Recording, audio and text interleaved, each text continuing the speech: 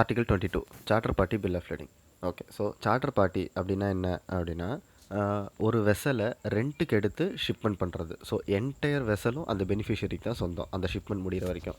So அதுதான் charter party. For example, இப்போ கூட்ஸ்லாம் வந்து நம்மளால் குவான்டிட்டி மெஷர் பண்ண முடியுது. ஸோ எக்ஸாம்பிள், கார்லாம் ஷிப்மெண்ட் ஆகுது. ஸோ 100 கார்ஸ் போகுது.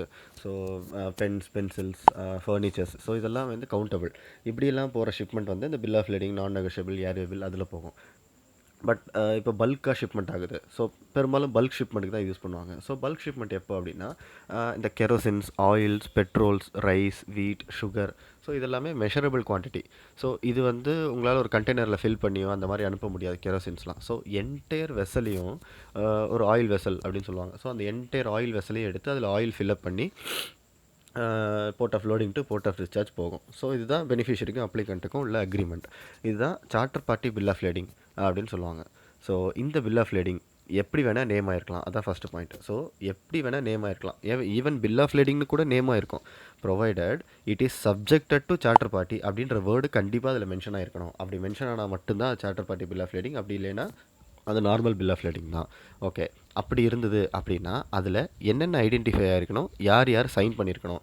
இப்போ நம்ம ஆர்டிகல் 20, 21, 19லலாம் பார்த்தோம். என்ன பார்த்தோம்னா, கேரியர் சைன் பண்ணியிருக்கணும், அல்லது அவனோட ஏஜென்ட் அல்லது மாஸ்டர் சைன் பண்ணியிருக்கலாம். பட் இதில் என்னென்னா சைனிங் கெப்பாசிட்டி கொஞ்சம் டிஃப்ரெண்ட். அந்த சார்ட்டர்ன்றவன் ரெண்ட்டுக்கு எடுக்கிறவன். ஸோ அந்த ரெண்ட்டுக்கு எடுக்கிறவன் சைன் பண்ணலாம், அல்லது அந்த வெசலுடைய ஓனர் சைன் பண்ணலாம். அப்படி இல்லைன்னா அந்த வெசலை ரன் பண்ணிட்டு போகிற மாஸ்டர் சைன் பண்ணலாம். இப்படி 3 பேர் இல்லைனாலும் அவங்களுடைய ஏஜென்ட் யார் யாருக்காக நான் சைன் பண்ணுறேன் அப்படின்னு சைன் பண்ணலாம். ஸோ கேரியர் நேம் இதில் வரவே வராது. ஆனால் ஒரு சில சார்ட்டர் பார்ட்டி பில் ஆஃப் லேடிங்கில் கேரியர் அப்படின்றவன் ஐடென்டிஃபை ஆவான், பட் சைன் பண்ணியிருக்க மாட்டான். ஸோ அந்த சைனிங் கெப்பாசிட்டி தான் matter. So signing capacity master, owner or charter யாராவது தான் சைன் பண்ணியிருக்கணும். கேரியர் ஐடென்டிஃபை ஆனாலும் அது டிஸ்கிரிப்டன்ட் கிடையாது, ப்ரொவைடட் அவன் சைன் பண்ணியிருக்கக்கூடாது. ஸோ மற்றபடி எல்லா பாயிண்ட்ஸுமே பில் ஆஃப் லேடிங்க்கும் சார்ட்டர் பார்ட்டி பில் ஆஃப் லேடிங்க்கும் சேம் தான். ஒரே ஒரு பாயிண்ட் மட்டும்தான் டிஃப்ரென்ஸ் இருக்குது. என்னென்னா அதில் port of loading and port of discharge எல்சியில் சொன்ன மாதிரி அப்படியே இருக்கணும். Bill of lading, non negotiable bill of lading எல்லாத்துலேயும்.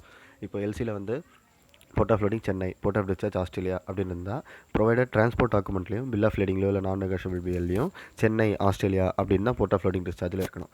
ஆனால் சார்ட்டர் பார்ட்டியில் மட்டும் ஒரு அட்வான்டேஜ் இருக்குது.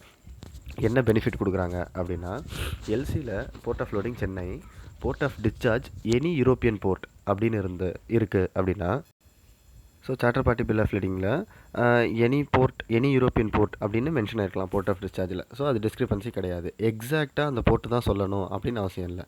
ஓகே, ஸோ 2 எக்ஸாம்பிள் பார்க்கலாம். இப்போ எல்சியில் வந்து port of loading Chennai, port of discharge வந்து ஃப்ரான்ஸ் அப்படின்னு இருக்குது. அதே சார்ட்டர் பார்ட்டி பில் ஆஃப் லேடிங்கில் போர்ட் ஆஃப் லோடிங்கில் சென்னை இருக்கணும்.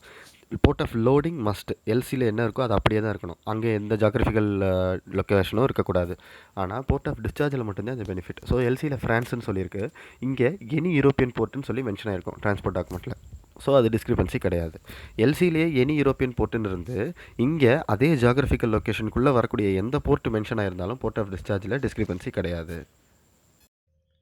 ஓகே ஃப்ரெண்ட்ஸ், இந்த வீடியோ கண்டிப்பாக உங்களுக்கு யூஸ்ஃபுல்லாக இருக்கும், பிடிச்சிருக்குன்னு தெரியும். ஸோ லைக் பண்ணுங்கள், கமெண்ட் பண்ணுங்கள், மறக்காமல் நம்ம சேனலை சப்ஸ்கிரைப் பண்ணுங்கள், உங்கள் ஃப்ரெண்ட்ஸ் கிட்டலாம் ஷேர் பண்ணுங்கள், கொஞ்சம் சப்போர்ட் பண்ணுங்கள். Little sweet and spice, throw it all in a cauldron, mix it up real nice.